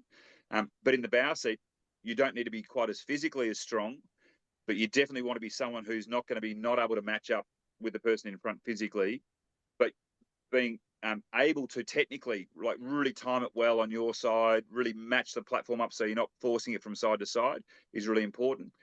Where we get some differences in an 8 is in men's and women's 8s, you might have the stern end of the boat being stroke and 7 are very good leaders, very good rhythmically and setting up that timing for everyone. In the middle of the boat, often you sort of go, you want your people who are stronger and really physically capable. So they're going to help drive the boat in the middle of the boat. And then your 2 seat and your bow person are sometimes more athletic, more nimble, very good at making sure that people in front of them don't even feel like they're there. And so when I was sitting in the bow seat, it's almost like I don't want my stroke person to feel like I'm there. It's just like if they feel like they're rowing and it's just someone's behind them, yes, but it's perfect matchup and it's easy and it's athletic and light. So the other advantage I think in the bow is power to weight. So if I can be lighter, it makes the boat easier to accelerate and keeps the bow out of the water. But I've got to make sure that I don't lose weight and sacrifice power. Where down the middle of the boat and down the stern of the boat, you've definitely got to be physically capable and really drive it and lead it that way. Well, let's talk about the training that you guys do. I remember being at the Atlanta Olympics myself as a journalist and watching the South African rowers always outside. We were at a place called LaGrange, which was just south of Atlanta at the time. And all the guys used to have those erg machines and they would just spend hours in the blazing heat training. Give us a sense of the amount of hours per week, what a typical training week looks like for a top class rower, and also the other supplementary work that you might do as a rower. Yeah, so I'll give you a sense. I think on average, 30 hours a week seems to be about the ballpark of how much physical work you can do. And that's universal. Doesn't matter what country you're in, doesn't matter what sport you're doing. Once you get beyond that, you really sacrifice recovery and you probably start to do more damage because you can't eat and drink and fuel yourself enough and you can't sleep enough beyond that sort of duration. For us, it was pretty standard as we wanted to maximize water time. So if we're doing, say, 14 sessions for the week, we want to have probably up to 10 of those sessions are all on water. A mixture between volume sessions, probably 70 to 80% volume sessions, base sessions, anywhere between 20%, we call threshold. Sweet spot training is a bit of the term that gets used. So it's not your full race pace, but it's just below that. And it's stuff that you need to develop up your capacity, which is your mid-race pace endurance, which is really key. And then you probably do 10 to 5% of your time where you'll touch some race pace work or high intensity work. So the water stuff's pretty prescriptive at times. What we tend to do is we sort of measure everything and sort of get feedback from the athletes and all sorts of testing like lactate testing and heart rate monitoring and all that sort of stuff to make sure that you're training properly. But if you're hitting those rough percentages and you're getting your recovery and you're getting all your fuel in and all that sort of stuff, that 30 hours a week broken up to those percentages seems to sort of work pretty well. Gym-based training and ergo-based training. So if you're seeing athletes on an ergo, it might be because they can't get enough water time at those times. So they'll supplement in more ergos than what they do, or they'd supplement in more stationary bike. Our thing was probably 2 to 3 sessions a week, might be ergo or sort of stationary bike, indoor bike or outdoor bike. And sometimes their volume or sometimes their threshold, very rarely are they high intensity to complement what we do in our training. And then gym-based training might be 1, 2, or even 3 sessions in a week.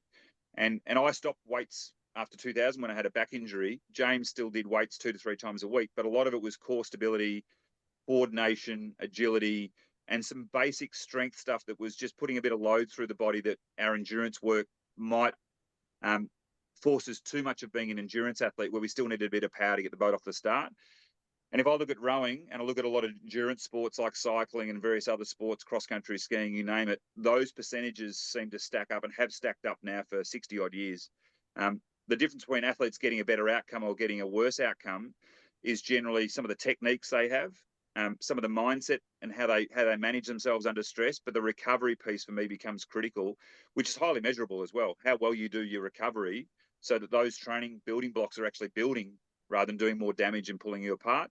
And so our week used to be, sort of 14 sessions a week, 30 hours total. And we're doing that and either studying or working at the same time. Oh, I mean, that is so you're basically 2 sessions a day, essentially. Yeah. And interestingly, so in the 90s, it was 2 sessions a day, probably 4 to 5 days a week. There'd be 1 or 2 sessions, 1 or 2 days, like a Saturday, where you might do 3 sessions in the day. And then your Sunday session might be an endurance bike ride, which would be 2 or 3 or 4 hours. As I got towards the end of my career, what started becoming very commonplace was 2 morning sessions backed up and an afternoon or an evening session. So if you are working, you might not get to work. And what we see even now is even harder for work and life. You might do a morning session early, 6, 7 o'clock. You do your second session before lunch, fuel up, and then you do a third session in the evening. In 2012, we were doing 2 24K rows in the morning on the Yarra River with an hour break to go and have a big breakfast. I'd then head off for work, and then the guys would do whatever they're doing, some study, some other stuff, and we'd all come back to the sheds at sort of 5 o'clock, 5:30 in the afternoon, and we'd either do another row, another ergo, another indoor bike. And so, you're maximising your hours that way. But the problem with this too is if you're doing that much training and you're doing too much other work and other commitments, eventually it all comes crashing down. So you've got to really pay attention to how you're monitoring that. And you can't do that for 12 months of the year, 4 years in a row. What you've got to do is to pick where are the super compensated periods. And that might be a 3-month period building into a selection trial where you've laid the base. You really become quite specific as you lead into the regatta. And then you go back and set a base again. And then you've got the Olympic Games or World Championships at the end of the year. I think sometimes when you have everyone operating at a high level for too long, there's a lot of burnout and there's fatigue and people stop enjoying what they do. And that's where cross-training and all that sort of stuff came in really handy over the years as well. So you used to go on the Yarra River. Was that, like, I mean, I don't know. I know of it because I watch television and they show pictures in the Yarra River end or something with MCG. Did you used to just go out in one direction, 24K, or did you turn back and then come against the current? The Yarra River is fascinating. So we would do, if we're doing long rows, we'd go down into the docks, down to Westgate Bridge, and then we might go all the way back up to what we'd call the Big Bend, which is up past one of the schools, up past an island. That would be how we get a long stretch of rowing that was 20Ks plus. But we'd still do 20K sessions sometimes where we'd row from the city, where, right next to the city, Flinders Street. We'd row up to the island, which is 3.2Ks, I think, and we'd repeat that 3 times or 4 times. So you go upstream on the Yarra and you go downstream. Before we had GPS and accelerometers and before we had biomech, you had to sort of go off a time either end and then average it out to sort of say, well, that's how fast you're traveling for that distance for 2Ks and how's that comparing to your averages. So you can do it on flowing water. They have waterways all around the world. They do this. The Yarra River was beneficial because it was close to the city so people could work or do uni, and very central for people where they lived. Better waterways are where you've got a long stretch of water where you can just row out 10Ks and turn around and row back 10Ks. That's ideal, but the Yarra River certainly wasn't like that. And one of the interesting things about your career, and I know that we spoke before that you're involved in cricket now, but you also at one stage was the Oceania time trial champion in cycling.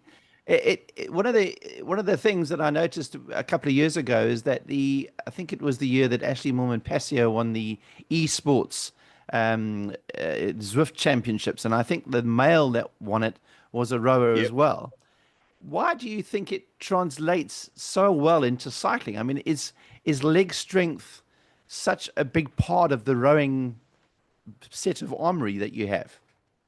Yeah. So, I mean, technically before what I was mentioning was legs are the big driver of the start of the stroke. And ultimately legs are the key driver with your body swing that generate the power. If you sort of consider doing an arm pull in the gym versus doing a leg press, the power you can produce in your legs are just that much better, right? So rowers generally aren't big upper bodies. We might carry a bit of mass for the heavyweight rowers. Where you're talking about there is we have lightweight rowers, men, for example, who are 70 kilograms, row very fast and ride very fast. If they've got bike riding skills, they can manage a peloton. But if they're not peloton skills and bike handling skills, put them on a Zwift bike or put them on a Watt bike or whatever it might be, the power numbers are extraordinary. So give you the idea, Oceania champ, it's nice to remind me of this. It's my glory days coming back to.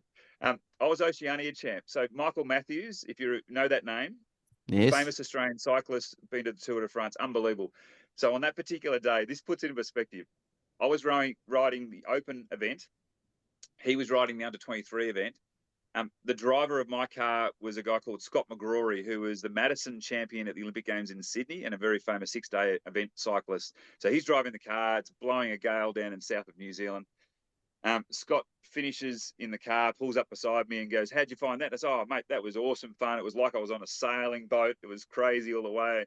He goes, "Oh, mate, you've done pretty well." And I was going, "Oh, cool. Geez, he's a bit down, playing this down. You've done pretty well. You probably won the Open." I'm going, "Oh, geez, that's pretty good. I'm pretty happy with that." He goes, "Yeah, but Michael Matthews probably went 2.5 minutes faster than you." There can't have been many 196-meter tall cyclists riding around in that. And then you were sixth in the Aussie Champs, no? As well.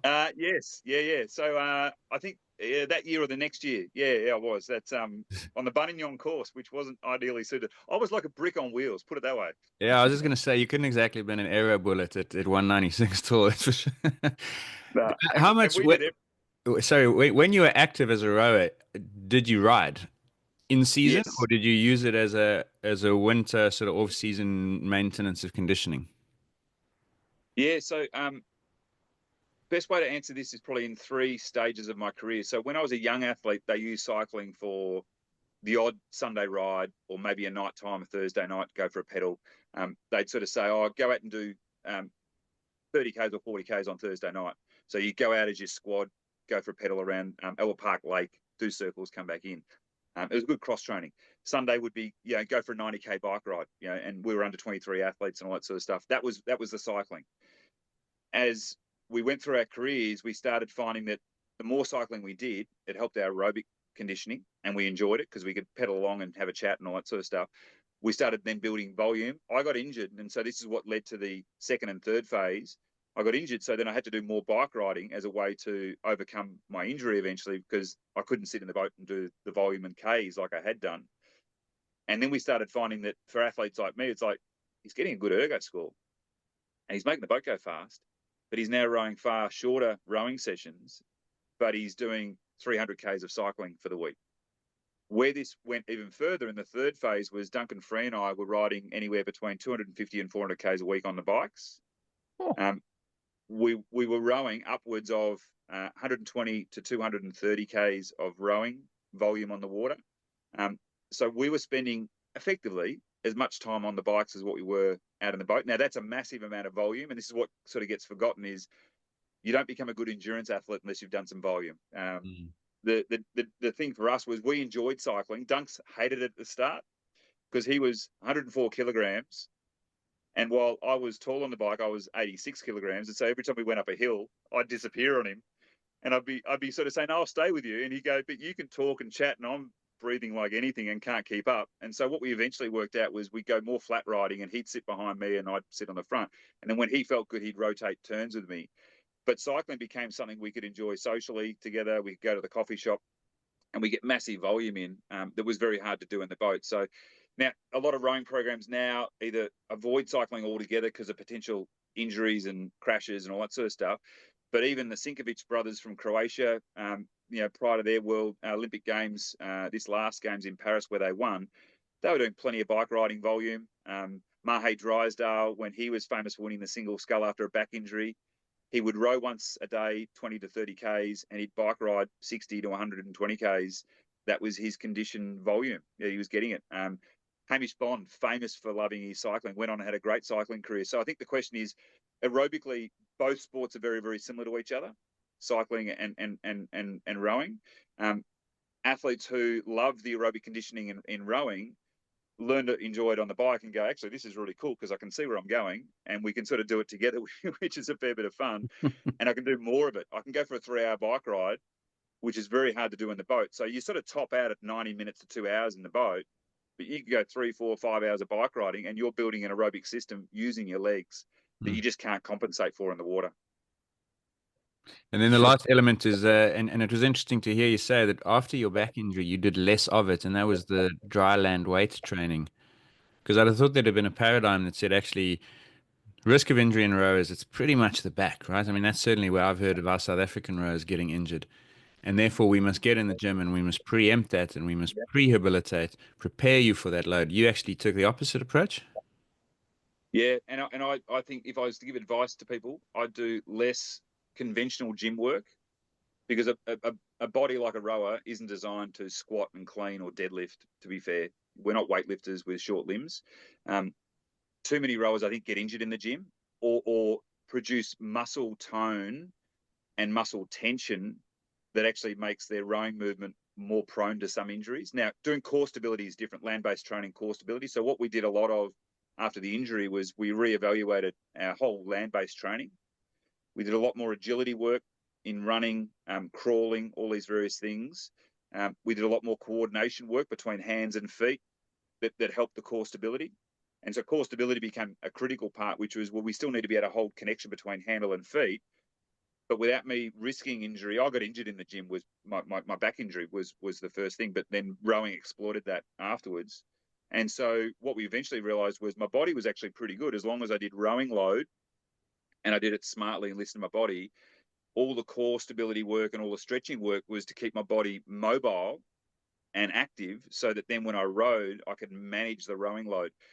The 2000 period up until 2000 and probably 6, 7 was less volume on the water, much more volume in other ways like bike riding. But in 2007 and 8 and lead up to 2012, we actually started rowing more volume on the water again. But by that stage, I definitely wasn't doing gym-based training. And even a lot of my crewmates would do far less gym-based training. Hamish and Eric in New Zealand in the pair basically stopped gym work.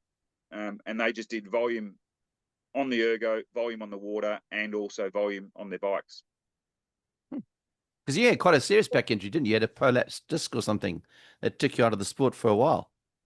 Yeah. Sydney, lead up to Sydney was ruptured disc and eventually surgery that cost me the games, 7 weeks out.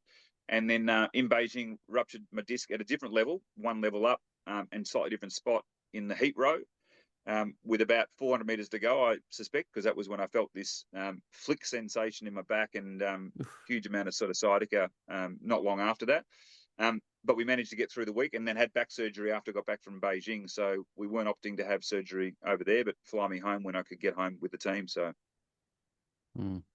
My final question is, I need to know where I am as a rower. So if I go on the erg at my local gym, and it's one of the measurements it has is a sort of speed per 500 meters. If I saw myself as a potentially somebody that might enjoy rowing, how would I know where I am, and how would I measure my potential as a rower, but also to get an understanding of what a top class rower would do for a certain distance? So give us some numbers that we can play with. So when I go to the gym this afternoon, I go, oh, if I could do 2 minutes for 500 meters, maybe I should be rowing for South Africa or not. Yeah, so give you an idea. I think there's a few things around this. I think if you're paddling on the ergo, and I call paddling 20 strokes a minute, 18 strokes a minute, what we generally sort of say for a heavyweight rower, and I'll just use a heavyweight sort of bias here for a minute and male rower bias. Well, you are right, because I'm a heavyweight rower, so it's good. Superweight. 100 kilos. If you're seeing 2 minutes, I'm probably not going to encourage you right now to say, go and explore the Olympic Games. But if you're seeing 2 minutes and within a couple of weeks, we can get you down into the 40s, 1 minute 40 splits 148, 149 at rate 18:20. And I can watch you and say, well, you might only be able to do that for a minute right now, but that's really hard work. Now we know that technically and physiologically, we've got something that we can actually work with and we can train you up over time. What I generally find is most people have higher rate, but they're not getting a split. So we sort of say, if you're going to do a 2,000 meter ergo, which is the hardest ergo ever, 6 minutes of erging, below 1 minute 30 or 6 minutes is a good benchmark for a heavyweight rower. If you look at a lightweight rower who's 70 kilograms, 6 minutes 20 or 6 minutes 30 becomes a great benchmark. And these are good benchmarks for national team athletes. But I remember a footy coach many years ago who loved getting on the rowing machine and doing a bit of work. And he turned around, and Nathan Buckley's his name. He was a Collingwood coach at the time, AFL. And he turned to James and I, he said, "Oh, what do you guys do?" And James sort of said sheepishly, "Oh, like low 150s on the ergo, 5 minutes, 50 seconds, which is sub 130 for 2,000 meters." And Nathan turned around and said, "What? I only do 7 minutes 40. And James said, "Yeah, but I'm an Olympic athlete, and you're a guy who works out in the gym, and you're a former player, but you work out in the gym." Now, after I think it was months and months and months, James and Nathan kept having these conversations. He got down to 6 minutes, I think 26 or 6 minutes 30 seconds. Now, that's still not an international standard ergo, but just that progress of you've got a number in front of you, you've got an idea of the duration you're going to do it for, 2,000 meters, 500 meters, whatever it might be. Benchmark it first. Okay, what can I do for 20 strokes a minute for 1 minute? Now can I improve that and do that for 3 minutes, 4 minutes, 5 minutes, 10 minutes? And you don't just do it through willpower, you do it through conditioning the body, technically holding your form and all that sort of stuff. But those indicators are about it. 130 is a good split if you can get it down to there. If you're doing 2 minutes, it's a slow split. What we'd call that's an endurance split. That's training the endurance system. And if you can only do that for 3 to 4 minutes, that's okay. But how could you do that for 15 minutes? How could you learn to do that for 2 lots of 15 or 20 minutes? And that just takes a bit of conditioning and a bit of time to do that. And equally, what's a nice little ergo is to jump on and say 10 strokes, how low can you get it? And the current world record for 100 meters is 104 split for 100 meters or 106 split for 100 meters, which is just extraordinary. So that's the best of the best out there. But that guy's probably 120 kilograms. And he's not even a rower. He's gym built, like he's strong. So an international rower might get it down to 114 or 112 on the screen, but they're not holding that for 2,000 meters. So there's some indicators there that you could possibly work towards. But practicing it and getting better is all the key, right? Yeah. Now that I have an idea, at least I have some context when I go and do it at the gym myself, which is great. Weekly splits from you now on is Mike. That's right. And the final thing I can share there with you is if you go on World Rowing, Concept 2 World Rowing site has all the scores for all the world records, but also age-based as well. And then they've got lists of people who complete those ergos on a regular basis. So you can also see where you stack up, which is really nice. Yeah. You've actually touched there with that question, Mike, on something that I know you're really passionate about, Drew, because of your not just rowing, but I know you've done some work in cricket, and part of your mandate was talent identification and development. Something that occurred to me as we were learning about rowing from you is I think you've made it really clear how technical the sport is. What strikes me then as interesting is that rowing's also a sport where talent transfer is quite plausible. I think, for instance, in the UK, they do, theirs was called Tall and Talented, and was it Helen Glover or Stan? I think it was Glover that was the transfer. Glover. Yeah. So you can give more details, but effectively UK Sport said, if you're tall and you show a base level of athleticism, we're going to put you in a boat and we're going to win Olympic medals with you. And they succeeded. I'm sure Australia's done the same thing. It's really interesting to me that such a technical activity can actually lend itself to that kind of rapid talent transfer. Well, and the reason why I think it does, and I'll give you an example of who's the best example in Australia that I've seen, but Helen Glover, UK, Alex Gregory, GB4, I think he ended up winning 2 or so gold medals over his career. I think the benefit you've got is if you come to a sport late, but you are physically already pretty developed, and you're learning technique from novice scratch, but you're learning it from great coaches, and you might not be learning it when you're 6 or 7 years of age, that's not required. Having a physically developed body in rowing is what's required, because if you don't have the physical body, you risk all sorts of injuries. So here's the example around cricket. Fast bowlers, they know that when they have their growth spurts is when they have bone edema issues and risk more so than any other time. So sometimes the fast bowler who's developed all this skill and all this capacity hits 17 years of age, grows, they get a back issue and they can't bowl properly and may even stuff up their whole career by proceeding and pushing through.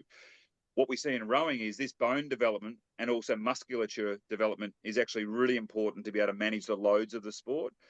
So when you have an athlete who might have done other sports and then comes to rowing and you have really good technical knowledge with a coach developing them really good skills right from the get-go. They learn all the right things right the first time. Not they've learnt things when they were 10 years of age that then as they've grown bigger, don't quite apply, and now they've got to adapt or their body's got to change, all this sort of stuff. So I think there's an advantage for that.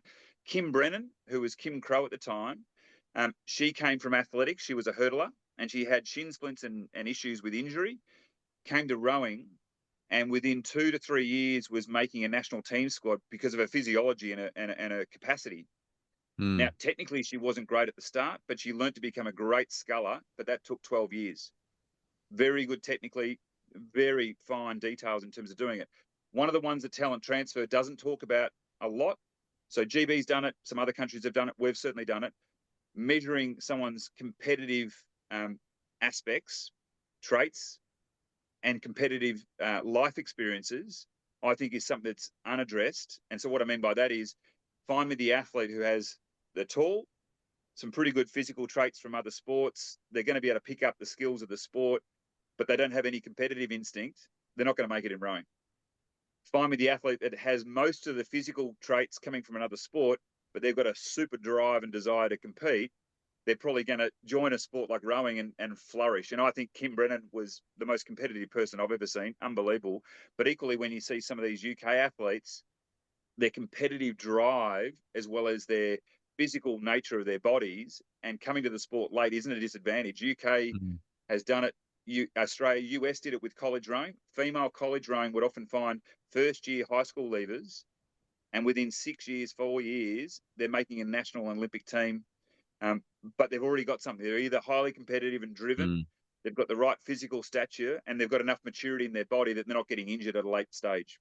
And then my last question is just your thoughts and reflections on what lies ahead for rowing, the health of the sport at the moment. I know that in Los Angeles, we're seeing some changes, the introduction of a coastal rowing event, the 2,000 meter event that we've been speaking about, the 6 minutes or just under, is going to be shortened by 25%.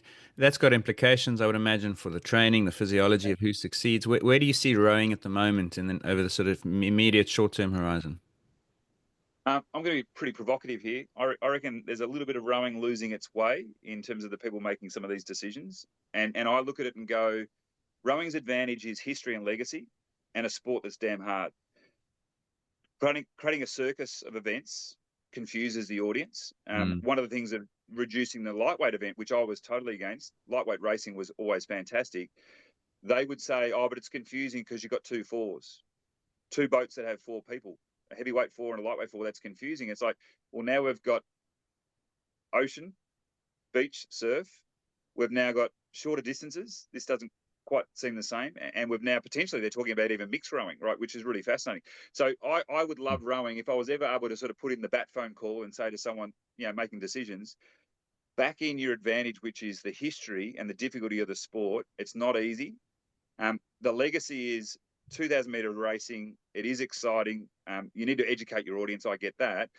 But by diffusing the sport and by picking up all these things that are seen as more entertaining or interesting for a short period of time, I think eventually the sport isn't going to die a death of, not being existent, but you're handing over control to entertainment rather than pure and purity around performance. And so to keep it 2,000 metres, I'm disappointed that LA couldn't work this out with the course. Every other Olympic Games has worked this out. But to be adding in some of these other alternative activities, I think you'll have a crowd of people going, well, which part of the sport do I watch? What makes sense? Versus, and I think boat racing, river racing, for those that watch those events and go to those events, that's some classic rowing right there. And if I sort of then think about rowing at the Olympic Games, 2,000 metres, 6 lanes, that's classic rowing. It doesn't mean you need to have done it to get it. You can watch the facial expressions. You can see the way the sport's going. But to then go, well, am I watching beach sprints? Am I watching rowing distance differences? Am I watching mixed crews? It's for me, it's a kaleidoscope that's forming that makes it even harder for the audience to work out what they're doing. And I think if rowing stuck to its roots, which is it's a hard sport, it's one of those sports that there's so much demand, physicality. The racing is demanding. It's awesome when you have that. But keep the sport simpler. If I look at the Olympic movement, they want to reduce numbers of athletes down or hold the container of number of athletes. I'm okay with that. The Games has politics. It has things like funding. It has all these things happening with it, as well as accreditation limits. Rowing's got pressure on it, so I get that. But I reckon rowing needs to design its future rather than having its future dictated to it. And I think rowing, that people in rowing are proud of 2,000 metre racing or heads races. They're proud of how hard it is. The entertainment factor, I don't think we feel like it needs to be overly entertaining. An athlete who pushes themselves and compete well together, that is entertaining. If you watch Paris, that men's pair race, if I showed that to any single person, layman or not, rowing informed, and said, watch this, what do you think? They're on their edge of their seat going, can't believe the Croatians just won that. Yeah, and that's an uninformed or informed audience. But now you're shortening the race because of parameters. I get that. But now you're also creating all these diverse activities. I think you lose the real thing that rowing has had for 100 odd years. And for me, I'd like them to get back to the basics of what's great about the sport. Yeah, I suppose they're not in a unique situation because many sports are struggling with that pressure. But I mean, I work in rugby and I get the sense also that we are reactive to the wrong things and chasing the 80% of people who don't watch the sport compromises the 20% who do. And I don't know, like, I'd rather you reward the loyalty and grow the base from where it's been, you know? Well, and use this as a provocative sort of thing. So television rights for the Olympic Games is huge. But where's the biggest television rights holder? It's the US. US has a massive college rowing program. And yet we've got decision makers who aren't really thinking about US in other countries and thinking about making the sport more interesting, because European rowing, world rowing has struggled getting funding, sponsors, and all that sort of stuff. But the Olympic Games doesn't have an issue with people watching rowing. It never has. People have always tuned in, even if they don't understand the sport. So I think you're right. I think looking to where the dollars come from, where they go, that's important. There's no doubt about it. But if all you did was put on a great event of close racing, UK had this. I mean, it was unbelievable. The Olympic Games had more people watching that because people were tuned in to rowing and supporting their home nation. Leverage that, build on that, not the other way around. Now, if you now go and say there's 2 sites or 3 sites or things changing, that UK event wouldn't have been what it is, because you're now diffusing and diluting the impact of that hosting game experience, I think, anyway. So I'm passionate about rowing, but also passionate about a sport not doing things that sets itself up for failure. Drew Ginn, it's been a wonderful chatting to you. It's been fascinating for me to listen to some of your stuff. And so thank you very much for your time. Fantastic, guys. Appreciate it. Great Thanks, to catch up. Drew. Yep. Cheers. You have been listening to the Science of Sport podcast.